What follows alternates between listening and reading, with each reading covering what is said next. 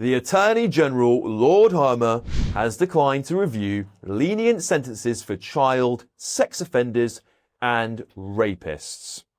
This is the same man who advocated for selling off Chagos and recently drew comparisons of anyone who supported withdrawing from the ECHR to 1930s Nazi Germans.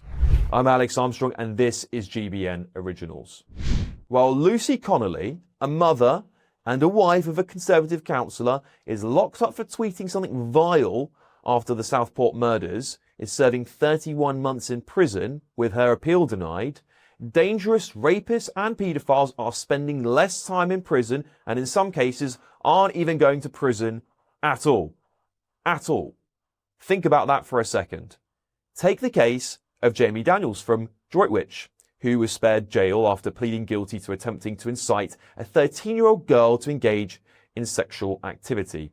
Daniels was given just 21 months in prison, suspended for 2 years. That was back in April.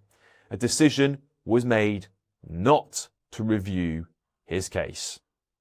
What about Ben Churcher from Wiltshire, who was given only 28 months in prison in January for raping a woman in her home? It's the same story. No review of that one either. Or take the infamous case of former BBC anchor Hugh Edwards. Well, he was caught with 41 images of child sexual abuse, wasn't he? Is he in jail? Nope. He's at home, sentenced to 6 months suspended sentences. That's suspended, by the way, yeah. He walked out of the courtroom. So let's get this straight. Call for violence in a tweet, that's prison time, rightfully so. Images of children being abused, that equals a suspended sentence. That is not justice. And I'm tired of the excuses. Context, mental health, it's complicated.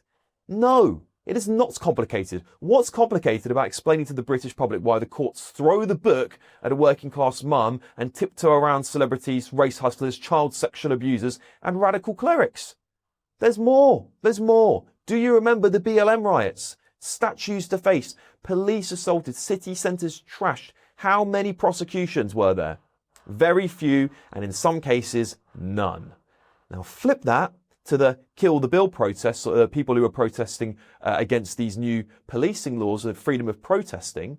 Suddenly, there's extremism. Suddenly, there's raids going on. And while we're at it, let's talk about grooming gangs. You know, the ones the authorities ignored for a decade because they didn't want to inflame racial tensions. Not my words. Those are the exact words of police and social services. So working class white girls, mostly from the north, were sacrificed for what? For community cohesion. Two-tier justice isn't just some conspiracy theory, it's seemingly now becoming a state policy. Look at the Lammy Review. Black men are more likely to be stopped and searched. That is true. But why is it true? Because they're more likely to live in high crime areas. It's not racism, it's policing by reality. Yet instead of supporting the police, our courts bend over backwards to avoid the perception of bias. What is the result? Stabbings are up, murders are up, drug gangs are flourishing, all because we're afraid to offend people. Using the internet without a VPN, a virtual private network, is a bit like taking to the road without car insurance. All it takes is one unlucky moment to cost you a lot of cash. This video's sponsor is Private Internet Access. They are the VPN to help keep you safe. Click the link in the description below to find out why over 30 million people have downloaded PIA to protect themselves online. A virtual private network is an app that hides your IP address and helps keep your data private. When you're browsing the internet at home, you give up a large amount of data to businesses, to shops, and indeed to social media giants too. Hackers have the ability to steal your personal data with ease, including sensitive information such as passwords, keystrokes, and even your personal photos.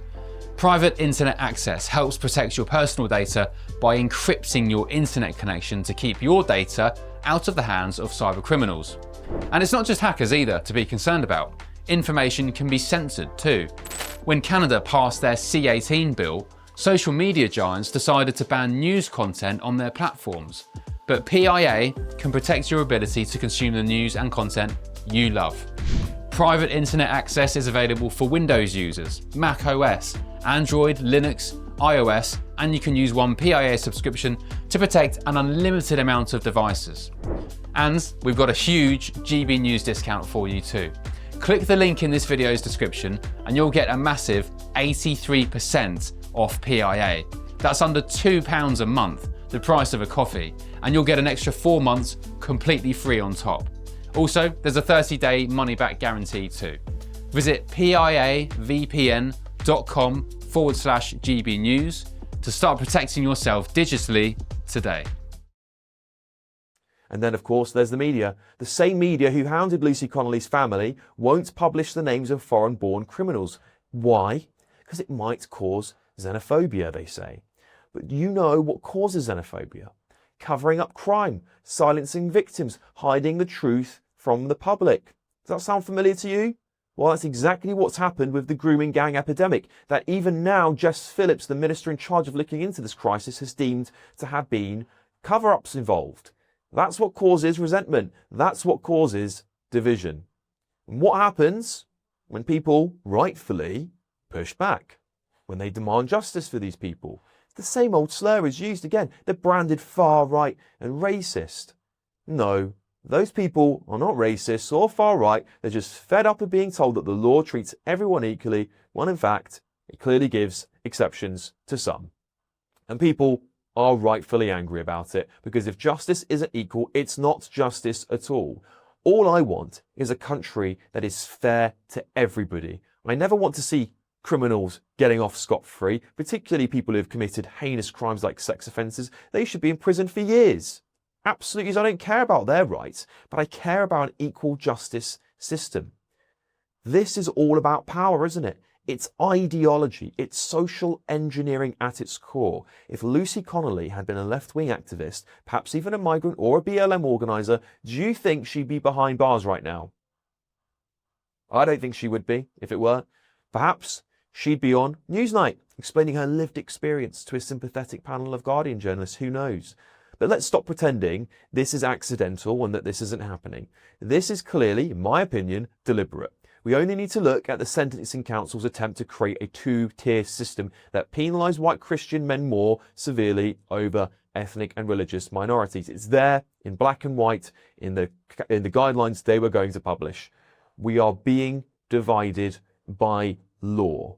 It's not about crime anymore. It's about conformity. It's about the narrative. It's about whether you fit into the approved ideological box. If you do, you're protected. If you don't, you're seemingly prosecuted.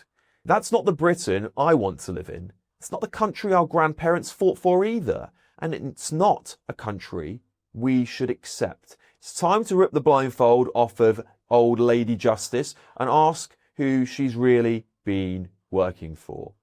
I've been Alex Armstrong, and if you enjoyed this content, please don't forget to subscribe to the GB News YouTube channel for more.